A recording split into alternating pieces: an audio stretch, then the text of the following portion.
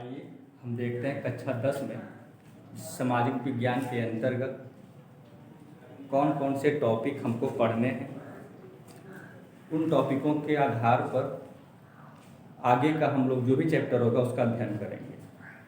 किस चैप्टर के अंतर्गत कितने नंबर का आएगा, भूगोल से कितने नंबर का आएगा, इतिहास से कितने नंबर का आएगा। सर्वप्रथम हम लोग अपना सिलेबस देख लेते हैं, क्योंकि बोर्ड के अंतर्गत सामाजिक विज्ञान का जो मार्किंग होता है आपका पूर्णांक 70 का होता है। 70 नंबर का आपका बोर्ड एग्जाम के अंतर्गत आता है। 30 नंबर जो आपका होता है विद्यालय स्तर पर प्रोजेक्ट कार्य करवाया जाता है, और वह नंबर जो होता है आपके प्रोजेक्ट कार्य के आधार पर मिलता है 30 नंबर। 70 नंबर जो होता है आपको बोर्ड एग्जाम के अंतर्गत प्राप्त करना होता है। आइए हम देखते हैं इसमें सामाजिक विज्ञान के अंतर्गत 70 नंबर का टॉपिक जो है किस तरीके से इसका वितरण किया गया है नंबरों का। पहला आपका टॉपिक है भारत एवं समकालीन विश्व। हम यहाँ पर द्वितीय लिखे हैं, चूंकि भारत एवं समकालीन विश्व अगर आप देखेंगे तो कक्षा 9 में पार्ट 1 था ये, और यही कक्षा 10 में भारत एवं समकालीन विश्व सेकेंड हो गया। यहाँ पर भारत एवं समकालीन विश्व जो आपका आता है यह आपका 20 नंबर का आता है। अर्थात इसका जब हम अध्ययन करेंगे तो 20 नंबर का इस टॉपिक से 20 नंबर के क्वेश्चन आपके बोर्ड के अंतर्गत आते हैं। समकालीन भारत जो सेकेंड आपका है इससे भी 20 नंबर का आपका आता है, 20 नंबर का। और लोकतांत्रिक राजनीति सेकेंड जो आपका है इसमें से 15 नंबर का आपका आता है। और आर्थिक विकास की समझ ये भी आपका जो होता है 15 नंबर का आता है। टोटल आप देखेंगे 20, 20, 40 और ये 30, 15, 15 मिल करके टोटल 70 नंबर का टॉपिक आपका इन इकाइयों के अंतर्गत निहित है, जिसका आपको अध्ययन करना है। देखिए इसमें आपका क्या है कि भारत एवं समकालीन विश्व सेकेंड ये आपका इतिहास है, ठीक है, ये समझना थोड़ा सा। ये आपका टॉपिक इतिहास है। ये जो आपका ये टॉपिक है भारत एवं समकालीन विश्व अगर लिखा रहेगा किताब में तो समझना कि ये भूगोल ये इतिहास का आपका है। समकालीन भारत सेकेंड अगर लिखा रहेगा तो उसका मतलब आपका भूगोल है, ये आपका हो गया भूगोल। उसके बाद आपका जो लोकतांत्रिक राजनीति है जो सेकेंड इसमें लिखा गया है, ये लोकतांत्रिक राजनीति ये आपका जो होता है नागरिक शास्त्र होता है। कौन सा? नागरिक शास्त्र, ये आपका हो गया। और चौथा जो आपका विषय आता है आर्थिक विकास की समझ, यह आपका होता है अर्थशास्त्र। इस तरीके से हम देखते हैं कि पहला आपका इतिहास, दूसरा आपका भूगोल, फिर आपका नागरिक शास्त्र, उसके बाद अर्थशास्त्र। इसमें इतिहास मतलब 20 नंबर का है, भूगोल भी 20 नंबर का है, नागरिक शास्त्र 15 नंबर का है और अर्थशास्त्र 15 नंबर का है। इसमें आपका भूगोल और अर्थशास्त्र ये जो दो टॉपिक आपके हैं, माफ कर दीजिए, ये दूसरा और चौथा भूगोल और अर्थशास्त्र से 5 नंबर का आपका मैप आता है, मानचित्र आता है इन दोनों से मिला करके। और इतिहास और नागरिक शास्त्र मतलब भारत एवं समकालीन विश्व और आपका लोकतांत्रिक राजनीति, इन दोनों का मिला करके आपका 5 नंबर का मानचित्र आता है। तो इस तरीके से हम देख रहे हैं इसमें कि दोनों टॉपिक से 5-5 नंबर 10 नंबर का आपका मानचित्र संबंधित प्रश्न जो है आपके बोर्ड के एग्जाम के अंतर्गत आते हैं। अब आगे हम अध्ययन करते हैं कि समकालीन भारत एवं समकालीन विश्व के अंतर्गत कौन कौन से चैप्टर हमको अध्ययन करने हैं। भारत एवं समकालीन विश्व के अंतर्गत आपका पहला टॉपिक आता है यूरोप में राष्ट्रवाद का उदय। इसमें हम लोग अध्ययन करेंगे किस तरीके से राष्ट्रवाद का विकास हुआ यूरोप के अंतर्गत। उसके बाद दूसरा टॉपिक हम लोग पढ़ेंगे भारत में यूरोप का राष्ट्रवाद, कि भारत में कैसे राष्ट्रवाद का विकास हुआ। तीसरा भूमंडलीकृत विश्व का बनना, कि कैसे एक देश के लोग दूसरे देशों के संपर्क में आए।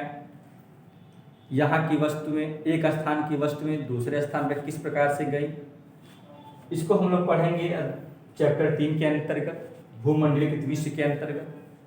चौथा टॉपिक आपका है औद्योगिकीकरण का युग, किस तरीके से मशीनों का प्रयोग करके उत्पादन क्षमता को बढ़ाया गया, इसका अध्ययन हम लोग करेंगे।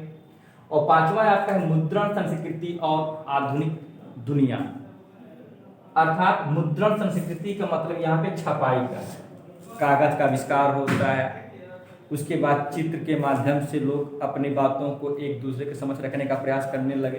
तो ये हम लोग छपाई वाला जो संस्कृति है जिसको मुद्रण संस्कृति कहते हैं, ये टॉपिक 5 आपका है। इन पांचों टॉपिक के अंतर्गत आप जब पढ़ेंगे तो टोटल आपका इसे क्वेश्चन जो बनेगा, जो नंबर आपका आता है 20 नंबर का इससे। लेकिन कोविड-19 के अंतर्गत सरकार का एक मानक दिया गया है कि लगभग में सामाजिक विज्ञान के अंतर्गत से 30% जो है चैप्टरों को या फिर सामाजिक विज्ञान के अंतर्गत सिलेबस को कम किया गया है, जिसमें से आपका जो यह चैप्टर है क्या कहते हैं, पांचवा आपका इतिहास में, इसको लेफ्ट कर दिया गया है, इसको हटा दिया गया है। मुद्रण संस्कृति और आधुनिक दुनिया को नहीं पढ़ना है, खाली हमारे टॉपिक यही है। फर्स्ट, यूरोप में राष्ट्रवाद का उदय और भारत में राष्ट्रवाद, भूमंडलीकृत और औद्योगिकीकरण, यही 4 लेसन का अध्ययन करना है जो आपके 20 नंबर का है। बाद में आप लोग हम क्या करेंगे, इसको पढ़ाने के बाद इस पर भी हम लोग चर्चा कर लेंगे, और इसमें चर्चा करने के बाद लेकिन इसको हम दिमाग में ही रखेंगे कि ये हमारे टॉपिक में नहीं रहेगा। तो आइए आप, तो हमारा हो गया इतिहास के अंतर्गत। अब हम देख लेते हैं कि नागरिक शास्त्र के अंदर कौन कौन से चैप्टर हमको पढ़ने अध्ययन करने हैं। नागरिक शास्त्र में आइए हम देखते हैं कि कौन कौन से चैप्टर हमको पढ़ने हैं। जो 15 नंबर हम आपको बताए थे कि लोकतांत्रिक राजनीति से 15 नंबर का आपका आएगा इसमें, और कौन कौन से चैप्टर इसके अंतर्गत आपके आते हैं।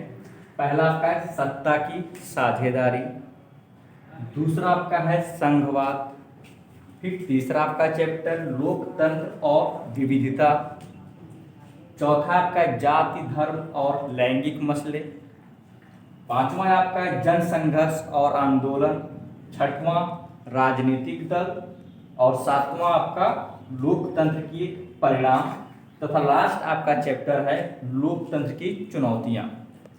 ये आपके लगभग 8 चैप्टर नागरिक शास्त्र के अंतर्गत हैं, जिसमें से एक चैप्टर इसमें से भी जो है आपका हटा दिया गया है, और यह आपका जो चैप्टर इसमें है जाति धर्म, एक नहीं 2 चैप्टर हटाए गए। एक आपका है जाति धर्म लैंगिक मसले, इसको टॉपिक से हटा दिया गया है, और एक आपका है इसमें लोकतंत्र के क्या कहते हैं परिणाम। ये 2 चैप्टर आपके इसमें से हटा दिए गए हैं। तो ये दोनों को हमको अध्ययन नहीं करना है, मतलब हमको कितने पढ़ने हैं, 6 लेसन पढ़ने हैं, जिसमें से जाति धर्म और लैंगिक मसले को हटा दिया गया है और आपका लोकतंत्र के परिणाम को हटा दिया गया है। आइए अब हम लोग जो है स्टार्ट करते हैं एक अगले नए चैप्टर से, यही स्टार्ट कर देते हैं, और हम अध्ययन करेंगे सत्ता की साझेदारी। आइए हम लोग अब अध्ययन करें सत्ता की साझेदारी, और देखिए हम कोशिश यही करेंगे कि लगभग में यह टॉपिक आपको याद हो जाए, और हम जैसे बता रहे हैं आप हो सके तो उसको नोट्स करते जाएं, और जिससे कि बहुत बढ़िया तरीके से आपका रिवीजन हो जाएगा, और मैं निश्चित गारंटी लेता हूं कि आपको याद हो जाएगा। आइए देखिए सत्ता की साझेदारी आपका जो चैप्टर है, इसको हम अध्ययन करने जा रहे हैं। क्या है सत्ता की साझेदारी? तो देखिए अगर थोड़ा सा इसका मीनिंग अंग्रेजी में हम लोग देखें अगर, तो अंग्रेजी में हम क्या कहेंगे इसको, पार्टनरशिप ऑफ पावर, मतलब सत्ता को यहाँ पे इंग्लिश में अंग्रेजी में क्या कहा गया, पावर, मतलब शक्ति यहाँ पे कहा गया। अर्थात यहाँ पर जो आप देख रहे हैं कि सत्ता का अर्थ क्या है, शक्ति है। साझेदारी मतलब जिसमें कोई काम आप करते हैं, किसी का आप सहभागिता ले लेते हैं, किसी का साथ ले लेते हैं, तो वह यहाँ पे क्या हो जाती है, पार्टनरशिप हो जाती है। दोनों का एक साझा मेलजुल करके कोई काम करते हैं तो हम कहते हैं भाई हमारे साझेदारी के अंतर्गत आता है, तो उसको हम पार्टनरशिप अंग्रेजी में कहते हैं। तो देखिए हम लोग देखते हैं सत्ता की साझेदारी, जिसमें सत्ता का अर्थ आपका होता है शक्ति, तो यहाँ पर हम राजनीति के अंतर्गत अगर देखें तो लोकतंत्र, जितने भी लोकतांत्रिक देश आते हैं सभी लोकतांत्रिक देशों के अंतर्गत शक्तियों को विभिन्न स्तरों में क्या किया गया है, उसको बांट दिया गया है। जैसे यहाँ पर हम देखते हैं कि कोई भी शुरुआती जो दौर था जब हम राजतंत्रात्मक कोई व्यवस्थाएं चलती थी तो उस समय हम लोग ये देखते थे कि सर्वोसर्वा राजा होता था, पूरी शक्ति को अकेले वही लेकर के पूरी व्यवस्थाओं को चलाता था। अब देखिए उसके ऊपर कोई प्रतिबंध भी नहीं लगा सकता था कि उसको कैसे हम प्रतिबंधित करें, उसको रोकें। ये यहाँ पर थोड़ा सा एक निगेटिव पॉइंट था उस समय की शासन व्यवस्था के अंतर्गत। अब यहाँ पर देखिए, इसीलिए कि अब कोई एक व्यक्ति निरंकुश ना हो जाए, एक व्यक्ति सारी शक्तियों का उपभोग ना करने लगे, मनमाने तरीके से कोई काम ना करे, इसके लिए उसके ऊपर अंकुश लगाने के लिए लोकतांत्रिक देशों के अंतर्गत सत्ता को बांट दिया गया है। जैसे जनता के कुछ शक्तियां अलग कर दी गई हैं, सरकार की शक्तियां अलग कर दी गई हैं, लेकिन दोनों के साझा मेल से ही व्यवस्थाएं चलती हैं। तो इसको भी हम कह सकते हैं सत्ता की साझेदारी, या फिर हम कह सकते हैं न्यायपालिका का अपना एक अलग काम होना चाहिए, कार्यपालिका का अपना अलग काम होना चाहिए, विधायिका का अपना अलग, मतलब कि तीनों की शक्तियां क्या होनी, अलग अलग होनी चाहिए, तीनों स्वतंत्र रूप में कार्य करें। इसी विभाजन को हम कहते हैं सत्ता की साझेदारी। ग्रामीण स्तरों पर हम देखते हैं कि पंचायती राज व्यवस्था आपका आता है। पंचायती राज व्यवस्था के अंतर्गत भी जो है बांट दिया गया है कि इतने 29 विषयों के ऊपर जो है पंचायती राज व्यवस्था के आधार पर व्यवस्थाओं को बनाया जाएगा, चलाया जाएगा।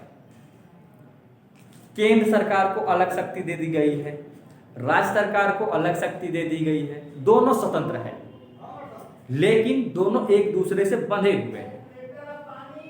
जब ये तीनों मिल करके, मतलब केंद्र सरकार, राज्य सरकार और ये तीसरा स्तर जो आपका पंचायती राज व्यवस्था, तीनों जब मिल करके किसी देश की व्यवस्थाओं को चलाते हैं तब हम इसको कहते हैं सत्ता की साझेदारी। जैसे मान लीजिए कि हम यहाँ से पढ़ा रहे हैं, आप बैठे हुए पढ़ रहे हैं, तो हमारा आपका दोनों के बीच में एक मध्यस्थता का काम हो रहा है, उसी को हम क्या कहते हैं साझेदारी। मतलब हम यहाँ पढ़ा रहे हैं, आप उसको सुन रहे हैं, आपकी कोई समस्या आप हमसे बता रहे हैं, ठीक, तो एक दूसरे से आदान प्रदान होता है। और यही लोकतांत्रिक देशों के अंतर्गत होनी चाहिए कि सरकार और जनता के बीच में एक मध्यस्थ का काम होना चाहिए, दोनों की शक्तियां अलग अलग होनी चाहिए, कोई एक विशेष व्यक्ति विशेष या कोई संस्था शक्ति अपने पास ना रखे। इसके लिए लोकतांत्रिक देशों के अंतर्गत जो है सत्ता का विभाजन किया गया, मतलब शक्तियों को बांट दिया गया। यहाँ पर हम लिखे हैं कि सत्ता की साझेदारी। अब सत्ता की साझेदारी क्या होती है? अलग अलग स्तरों तथा समूहों में सत्ता मीन्स यहाँ पे देखिए शक्ति होता है। सत्ता का मतलब क्या होता है? शक्ति, समझना आराम से, ठीक है। सत्ता का मतलब शक्ति, मतलब शक्ति को बांटना ही क्या कहलाता है? सत्ता की साझेदारी।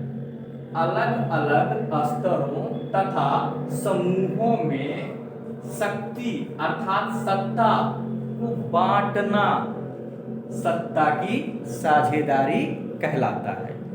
आप कंफ्यूज मत होना भाई। देखिए ये स्तर यहाँ पे हम लिखे, ये स्तर यहाँ पे हम समूह लिख दिए हैं। स्तर यहाँ पे जैसे मान लीजिए है कार्यपालिका है, विधायिका है, न्यायपालिका है, ये स्तर होते हैं। न्यायपालिका का अपनी शक्ति अलग है, कार्यपालिका की अपनी शक्ति अलग है। वैसे ही समूह होते हैं, विभिन्न सामुदायिक क्षेत्र होते हैं, पंचायती जो विभाग होते हैं, उनके अंतर्गत सत्ता को बांट दिया गया है और वे अपने अनुसार व्यवस्थाओं को चलाते हैं। तो यहाँ पर वही बात कहा गया है कि शक्तियों को, मतलब जो शक्ति होती है उसको क्या किया जाए? अलग अलग स्तर समूहों में बांट दिया जाए, और इसी व्यवस्था को हम कहते हैं सत्ता की साझेदारी। अब इसकी आवश्यकता पड़ती क्यों है?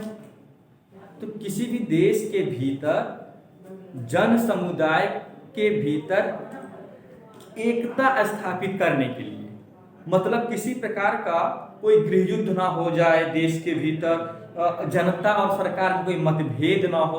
तो इन सबको दूर करने के लिए, सबको खुश रखने के लिए, सबको एक साथ ले करके चलने के लिए सत्ता की साझेदारी अति आवश्यक होती है। जिन देशों में सत्ता की साझेदारी नहीं पाई जाती है उन देशों के अंतर्गत कहीं गृह युद्ध देखा जाता है, या वहाँ पर कभी संविधान खतरे में आ जाता है, या वहाँ की जो सरकारें होती अस्थिर हो जाती हैं।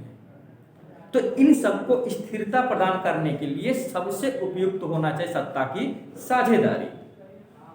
किसी भी देश के भीतर सत्ता की साझेदारी जितनी बेहतर तरीके से उसके संविधान में दर्शाई जाती है, वह देश उतने ही बेहतर तरीके से विकसित होता है, वहाँ की व्यवस्थाएं उतने उन्नत कोटि की मानी जाती हैं। आइए हम अध्ययन करते हैं कि किस तरीके से बेल्जियम और एक और आपका देश श्रीलंका, यहाँ पर किस तरीके सत्ता की साझेदारी की आवश्यकता पड़ी है। तो आइए हम देखते हैं बेल्जियम के बारे में और इसके यहाँ के किस प्रकार से लोकतांत्रिक देश के अंतर्गत बेल्जियम में सत्ता की साझेदारी को विकसित किया गया है। बेल्जियम के अंतर्गत देखिए, बेल्जियम जो है यूरोप का एक छोटा सा देश है, जो हमारे भारत देश का जो हरियाणा राज्य है उससे भी छोटा देश है बेल्जियम देश, जहाँ की जनसंख्या लगभग 1 करोड़ है। हम हरियाणा से तुलना करें तो उससे बहुत कम है हरियाणा से। अब इतना छोटा देश है, लेकिन कहा जाता है इसकी जातीय संरचना बड़ी जटिल थी बेल्जियम की। जो बेल्जियम देश आपका है उसकी जातीय संरचना बहुत जटिल थी। अब इसके जो पड़ोसी देश थे देखिए, फ्रांस, नीदरलैंड, जर्मनी, लग्जमबर्ग, ये जो देश थे इसके पड़ोसी देश थे बेल्जियम के। और यहाँ की जाति संरचना जो थी किस कारण से जटिल थी इसको हम देखते हैं। मान ये आपका बेल्जियम देश का एक मैप हम बनाए जो यूरोप देश के अंतर्गत आपका आता है। 2 क्षेत्र थे बेल्जियम के अंतर्गत, एक क्षेत्र को फ्लेमिश क्षेत्र कहा जाता था और एक दूसरे क्षेत्र को कहा जाता था बेलोनिया क्षेत्र। कौन सा क्षेत्र? बेलोनिया। एक आपका फ्लेमिंग क्षेत्र है और एक आपका जो है बेलोनिया क्षेत्र है। तो जो आपका ये वाला क्षेत्र है यह फ्लेमिश क्षेत्र है, क्योंकि ये पूरा नक्शा बेल्जियम का बता रहा है, समझना ध्यान से, ये बेल्जियम का पूरा नक्शा है। और इनके 2 क्षेत्र बांटा गया है। फ्लेमिश क्षेत्र के अंतर्गत देखिए, ये आपका ऊपर वाला सिरा फ्लेमिश क्षेत्र के अंतर्गत आता है और एक सिरा आपका जो नीचे है वह बेलोनिया क्षेत्र के अंतर्गत आता है। अब इसमें और बीच में आपकी राजधानी है, बेल्जियम की राजधानी जो आपकी है ब्रुसेल्स है। ये बेल्जियम की राजधानी है ब्रुसेल्स। जनसंख्या आपको बता दी कितनी? 1 करोड़, लगभग 1 करोड़ की जनसंख्या वहां पर है। अब जटिलता क्या थी, यानी जाति संरचना में क्या जटिलताएं थी? तो देखिए वहां पे जो देश एक ही है लेकिन 2 भागों में बटा हुआ था जाति संरचना के आधार पर। 59% लोग जो थे डच भाषी थे, यानी कि डच बोलते थे 59%। और ये लोग कहाँ निवास करते थे? फ्लेमिश क्षेत्र के अंतर्गत निवास करते थे। और जो आपका बेलोनिया क्षेत्र है, बेलोनिया जो क्षेत्र है उसमें 40% फ्रेंच भाषा बोलने वाले लोग थे। कितने प्रतिशत? 40%। 59% डच भाषी लोग किस क्षेत्र के अंतर्गत आते थे? फ्लेमिश क्षेत्र के अंतर्गत आते थे। 40% लोग किस क्षेत्र के अंतर्गत आते थे? बेलोनिया क्षेत्र के अंतर्गत आते थे।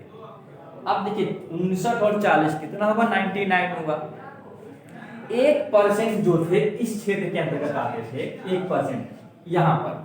ये 1% क्षेत्र जो थे जर्मन भाषा यूज करते थे। कौन सी भाषा? जर्मन भाषा का प्रयोग करने वालों की संख्या 1% थी। अब जटिलता कहां से आ गई भाई? यहाँ पे अब जटिलता यहाँ से आ गई, ये राजधानी से। ये राजधानी है बेल्जियम की राजधानी। बेल्जियम की राजधानी में ठीक इसका उल्टा है। अभी आपसे मोटा मोटा हम पूछें कि बेल्जियम देश के अंतर्गत जो है सबसे ज्यादा किस भाषा का प्रयोग करने वाले लोगों की संख्या है, तो आप क्या बताएंगे? डच। करीब कक्षा 8 में आपको पढ़ाया होंगे कि हालैंड के निवासी क्या कहा जाता है? डच कहा जाता है। तो डच भाषी लोगों की संख्या ज्यादा है बेल्जियम में, किसकी तुलना में? फ्रेंच, यानी कि 40% लोग फ्रेंच भाषा बोलते थे, इनकी तुलना में इनकी संख्या क्या थी? ज्यादा थी। तो इनकी मांग यह थी कि सत्ता पर, क्योंकि पढ़ रहे सत्ता की साझेदारी, तो इनका मत था कि सत्ता में हमारा योगदान ज्यादा होना चाहिए। और फ्रेंच भाषी लोग कह रहे थे कि हमारा सत्ता पर ज्यादा भागीदारी होनी चाहिए। अब ये दोनों के बीच में एक बहुत विशेष प्रकार की समस्याएं पैदा हो गई।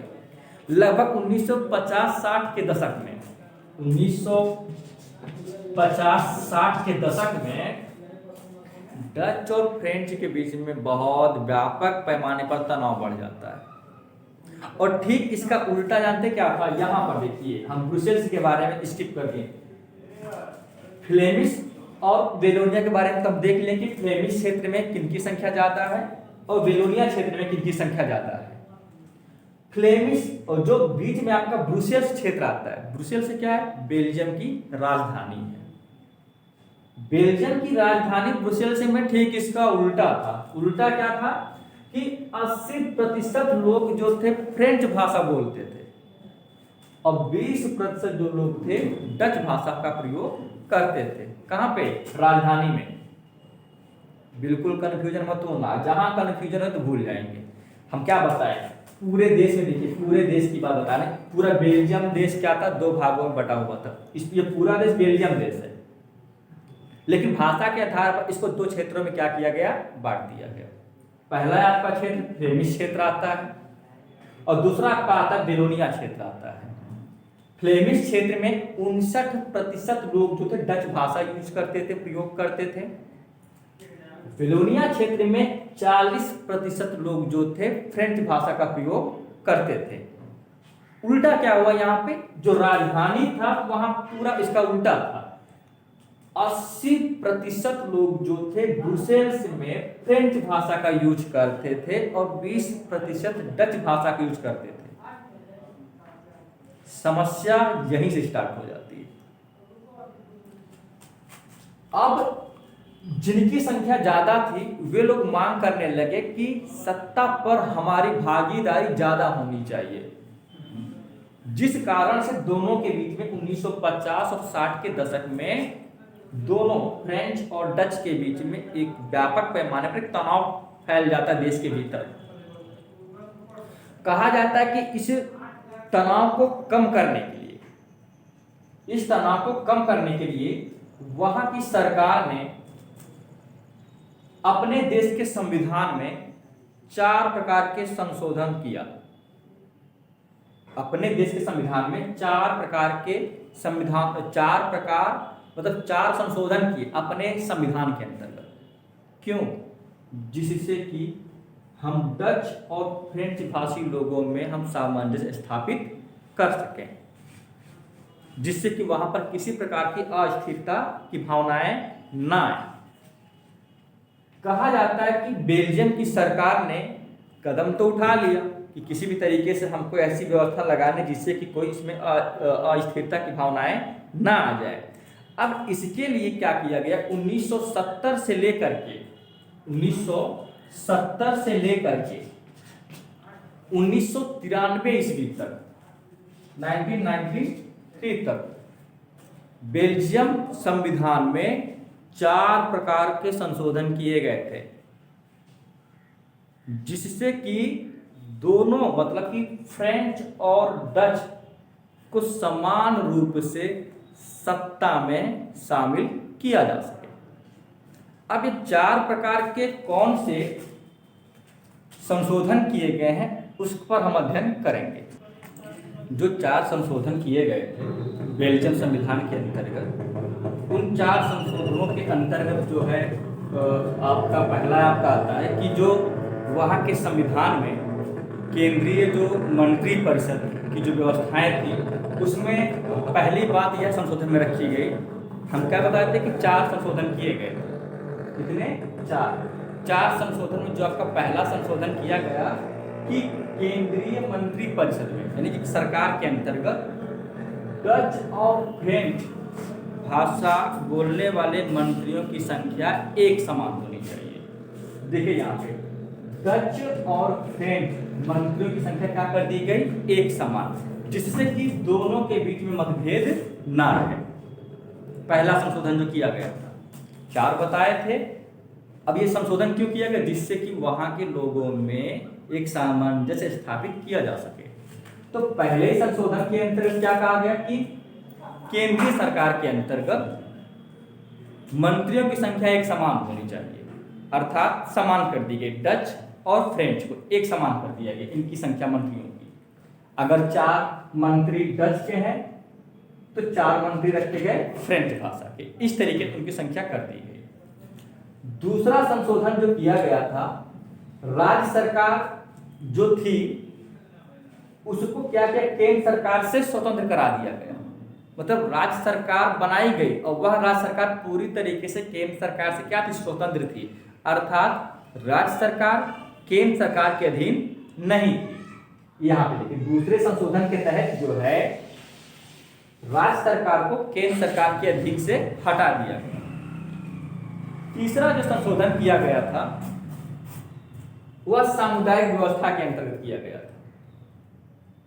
सामुदायिक व्यवस्था का मतलब यहाँ पे ये हुआ कि जो गांव स्तर है, जो छोटे छोटे क्षेत्र हैं, उन क्षेत्रों में लोग अपने अनुसार चुनाव करेंगे और अपने ही क्षेत्र के लोगों के अनुसार वहां की व्यवस्थाओं क्या करेंगे, चलाएंगे।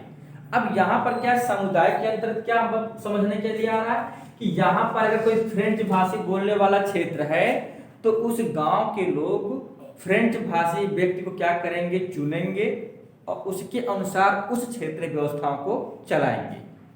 अब यहाँ पर स्वतंत्र हैं। अब देखिए यहाँ सरकार में तो 4-4 का हम बता दिए यहाँ पे कि डच और फ्रेंच की संख्या समान होनी चाहिए।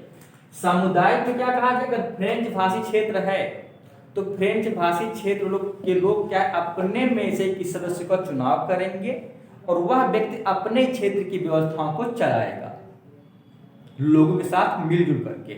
वह सामुदायिक व्यवस्था के अंतर्गत आता है। और चौथा इसमें आ गया समान प्रतिनिधित्व। जो चौथा संशोधन किया गया कि दोनों का यानी कि डच और फ्रेंच का जो प्रतिनिधित्व रहेगा वह एक समान रहेगा। अब जैसे देखिए इसमें अगर कोई प्रस्ताव पास किया जाता है, कोई कानून अगर बनाया जाता है तो उस कानून को बनाने के लिए अगर उसको पास करते हैं, उसको पास होने के लिए क्या होना चाहिए भाई, बहुमत होना चाहिए। लेकिन यहाँ पर क्या कहा गया कि अगर 4 डच भाषी हैं मंत्री, 4 आपके जैसे मान लीजिए 4 आपके फ्रेंच भाषी हैं, तो 4 में से 3 वोट अगर 3 मत मिलना चाहिए, 3 मत मिलना चाहिए इससे और 3 मत इससे अगर मिलना चाहिए तब बहुमत माना जाएगा।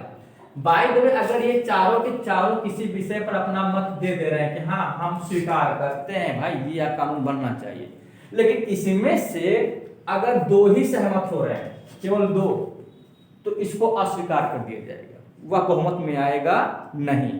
अर्थात डच में से डच के जो लोग हैं या फ्रेंच के जो लोग हैं उसमें भी बहुमत होना चाहिए, तब किसी विषय पर कोई कानून बनेगा।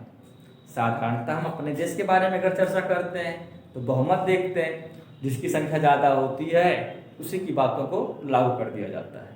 लेकिन यहाँ पर क्या डच और फ्रेंच जो मंत्री की जो संख्या निर्धारित की गई है, इसमें से उस भाषी लोगों का भी बहुमत होना चाहिए, तभी किसी विषय पर कानून बनेगा।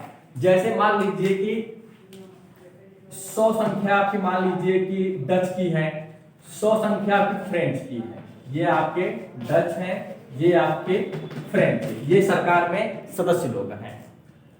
अब देखिए कोई विषय पर कानून बनाना है बेल्जियम देश के अंतर्गत कि वो बढ़िया से लागू किया जाए, तो 100 जो डच हैं तो सबसे पहले तो इसमें बहुमत होना चाहिए कि वो पास होना चाहिए कि नहीं होना चाहिए। अगर मान लीजिए कि इसमें बहुमत हो गया, 51 लोग कह दे कि हाँ हम इस पर सहमत हैं, इस पर कानून बनना चाहिए।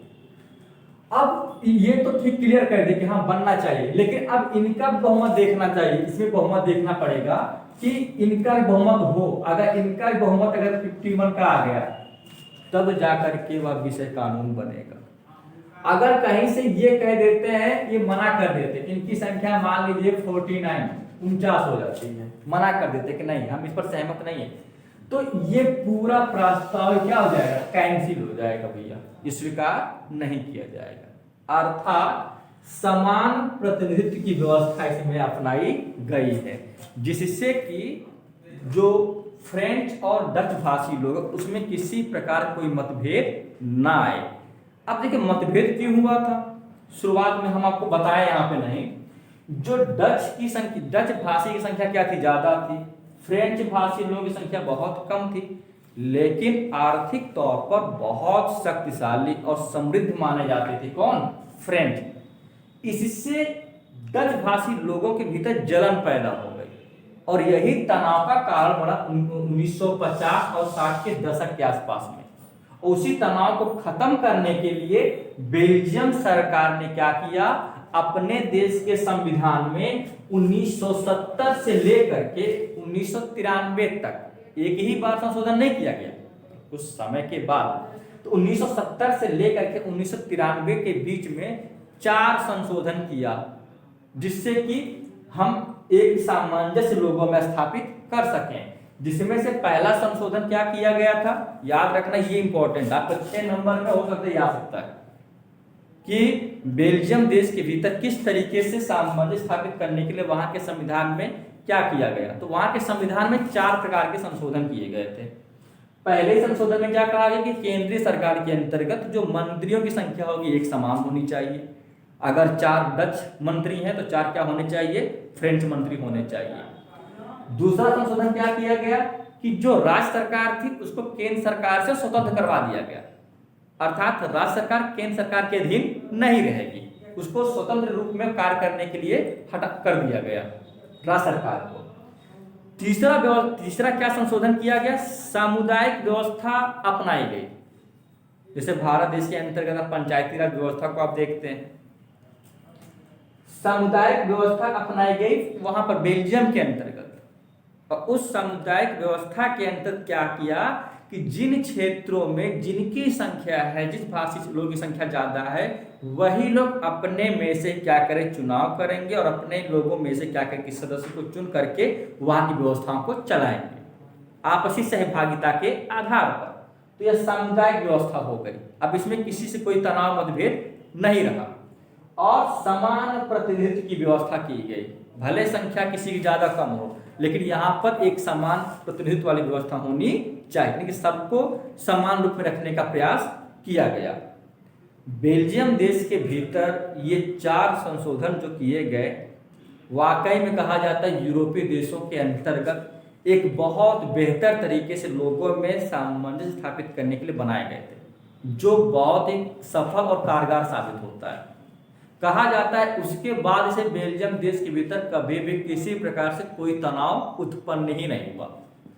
और उस समय और आज भी माना जाता है कि बेल्जियम देश का संविधान सबसे बेहतर जो है माना जाता है। और लगभग में जो उसके यूरोपीय देश हैं, उसके पड़ोसी देश हैं, आज भी उससे सीख लेते हैं। और कहा जाता है यही कारण है कि उसके संविधान को बेहतर मानते हुए उसके पड़ोसी देशों ने क्या किया, यूनाइटेड संघ का सदस्य इसको बना दिया। अर्थात जो यूनाइटेड संघ का जो मुख्यालय है ब्रुसेल्स के अंतर्गत जो है रख दिया गया, जिससे कि आगे सारी व्यवस्था जो इसी के आधार पर की जा सके। अब देखिए बेल्जियम के अंतर्गत क्या देखे थे कि बेल्जियम में जो था फ्रेंच और डच को लेकर के हम देखे थे किस तरीके से मतभेद पैदा हुआ, और मतभेद के बाद उसको जो है वहाँ की सरकार ने एक मॉडल बना करके, बेल्जियम मॉडल कहा जाता है उसको, और बहुत बढ़िया तरीके से लोगों में सामंजस्य स्थापित कर दिया। एक दूसरा एशिया महाद्वीप के अंदर एक देश आता है श्रीलंका। श्रीलंका जो है आपका 1948 ईस्वी में आज़ाद हुआ था, 1948 में स्वतंत्र हुआ है आपका श्रीलंका। और कहा जाता है वहाँ की आबादी लगभग 2 करोड़, जो हमारे हरियाणा राज्य के बराबर आता है इसकी जनसंख्या। सिंघली समुदाय जो है, अर्थात जो बौद्ध धर्म को लोग मानते हैं, बौद्ध धर्म को मानने वाले जो लोग हैं उसको सिंघली कहा जाता है। इनकी संख्या वहाँ बहुत ज़्यादा थी, लगभग 74% जो लोग थे वे सिंघली समुदाय से थे। तो जाहिर सी बात है जिनकी जनसंख्या ज़्यादा थी, तो इसने क्या किया, श्रीलंका ने बहुसंख्यकवाद के आधार पर इसने सत्ता स्थापित कर दी है। जब आजाद हुआ 1948 में, तो सिंघली की संख्या ज़्यादा थी, सिंघली समुदाय की, तो इसने क्या किया कि अपनी सत्ता पर पकड़ मजबूत से बना लिया, जिस कारण से जहां वहां पर जो तमिल लोग थे, जो तमिलों की संख्या लगभग 18% थी, और इसमें ईसाई भी थे, आपके 7% जो लोग थे ईसाई थे, ईसाई जो थे 7% थे। कहा जाता है कि अब जो बहुसंख्यक लोग जो थे, जो सत्ता पर हावी हो चुके थे, ये लोग जिनकी संख्या कम थी उसकी उपेक्षा करना शुरू कर देते हैं। अर्थात तमिल जो 18% थे, इसमें से श्रीलंकाई मूल के तमिल 13% थे, जो कभी अंग्रेजों के टाइम में बागान करने के लिए भारत से लाए गए थे श्रीलंका में, और वहीं पर ये लोग बस गए थे। तो इस तरीके के तमिलों की संख्या जो थी वहां पर 18% थी। और कहा जाता है कि जो तमिल लोग थे सबसे ज्यादा इनकी उपेक्षा की गई थी श्रीलंका के अंतर्गत। जब देखा गया कि सिंघली समुदाय के आधार पर जो वहां पर सत्ता काबिज कर दिया गया श्रीलंका के अंतर्गत, और तमिलों की जब उपेक्षा होने लगी, तो तमिल लोग जो है संघर्ष करने लगे। उनको लगा कहीं ना कहीं से हमारे राजनीतिक अधिकार, हमारे सामाजिक अधिकारों का हनन किया जा रहा है। कहा जाता है कि अपने शक्ति यानी सत्ता के बदौलत, अर्थात सत्ता मीन्स शक्ति, शक्ति के बदौलत श्रीलंकाई सरकार ने क्या किया, 1956 में 1956 ईस्वी में सिंघली को राजभाषा बना दिया। सिंघली को राजभाषा बना दिया गया। इससे तमिलों में और तनाव पैदा हो गया, और कहा जाता है जिस कारण से श्रीलंका के अंतर्गत व्यापक पैमाने पर गृह युद्ध देखने को मिला। किसमें किसमें? तमिल और सिंघलियों के बीच में। क्यों? क्योंकि उनकी उपेक्षा की जा रही थी तमिलों की। तमिल कौन थे? अल्पसंख्यक थे वहां पर श्रीलंका में। सिंघली क्या थे? बहुसंख्यक थे।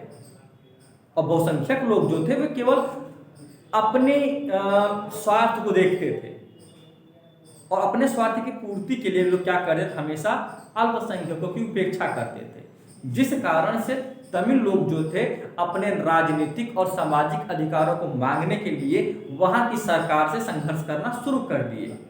जो यही संघर्ष एक युद्ध का रूप ले लेता है।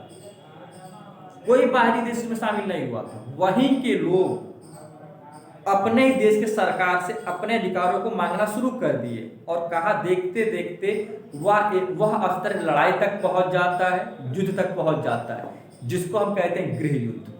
जब एक ही देश के लोग, अपने ही देश के लोग मिल करके अपने अधिकारों को मांगने के लिए युद्ध तक पहुंच जाएं, तो इस प्रकार की घटना को हम गृह युद्ध कहते हैं। और कहा जाता है इसका दुष्परिणाम श्रीलंका को देखना पड़ा। व्यापक पैमाने पर लोग वहां पर अल्पसंख्यकों का दोहन किया गया, उनकी उपेक्षा की गई।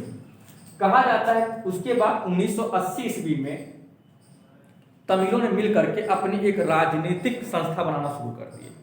वे भी एक राजनीतिक दल का रूप लेना शुरू कर दिए, और तमिल इलम नामक एक राजनीतिक संगठन की स्थापना की 1980 ईस्वी में। लेकिन कहा जाता है बहुसंख्यक होने के नाते कभी भी तमिल, मतलब तमिल अल्पसंख्यक थे, बहुसंख्यक कौन थे? सिंघली थे, तो कभी भी तमिलों को राजनीतिक सत्ता प्राप्त नहीं हो पाई, जिस कारण से हमेशा वहां पर किसी न किसी प्रकार से मतभेद इनमें बना रहता था। और बहुसंख्यकवादी जो सरकार थी हमेशा से ही अल्पसंख्यकों की उपेक्षा की, जिस कारण से वहां के संविधान में किसी प्रकार कोई परिवर्तन नहीं किया गया, जिससे कि अल्पसंख्यकों को अर्थात तमिलों को भी उनको राजनीतिक या सामाजिक अधिकार दिया जा सके। अब कहा जाता है वहां पर जितने भी सरकारें बनी, लगभग में 2003-4 तक वहां पर अस्थिरता ही था, हमेशा गृह युद्ध चलता रहा श्रीलंका के अंतर्गत, जिसको वहां की सरकार कभी भी काबू नहीं कर पाई, और यही सबसे बड़ी नाकामी मानी जाती है श्रीलंका की। वहीं पर अभी हम क्या पढ़े थे, बेल्जियम कि किस तरीके से अपने देश के भीतर वहाँ पर भी भाषी क्षेत्र पर अलग अलग लोग थे और उसने किस तरीके से अपने एक बेहतर मॉडल बनाया संविधान के अंतर्गत, जिससे कि बेल्जियम में एक बेहतर सरकार बन सके, लोगों में कोई मतभेद ना रहे, स्थापित कर दिया। लेकिन वही एक दूसरा देश आपका था, कौन सा देश, श्रीलंका, जो बहुसंख्यकवाद पर आधारित था। और जब बहुसंख्यकवाद पर कोई सरकार आधारित होगा तो निश्चित है कि वहाँ की जो व्यवस्थाएं होंगी वह स्थिर रहेगी, उसमें स्थिरता की भावना ही नहीं रहेगी, जिस कारण से वहाँ पर गृह युद्ध हुआ, बहुत ज़्यादा श्रीलंका को नुकसान उठाना पड़ा। लेकिन उसके बावजूद भी कहा जाता है तमिलों को किसी भी प्रकार से कोई भी राजनीतिक अधिकार नहीं प्राप्त हुआ। तो इस तरीके से हम क्या पाए इसमें कि अगर सत्ता की साझेदारी हम कर देते हैं तो इससे देश के भीतर जो तनाव की स्थिति होगी समुदायों के बीच में या जातिगत रूप में, वह अपने आप क्या हो जाएगी, समाप्त हो जाएगी। तो किसी भी देश के भीतर सत्ता की साझेदारी सबसे उपयुक्त माना जाता है। तो आप जो अब तक हम क्या देखेंगे इसमें, बेल्जियम और श्रीलंका के बारे में सत्ता की साझेदारी को हम लोग समझे।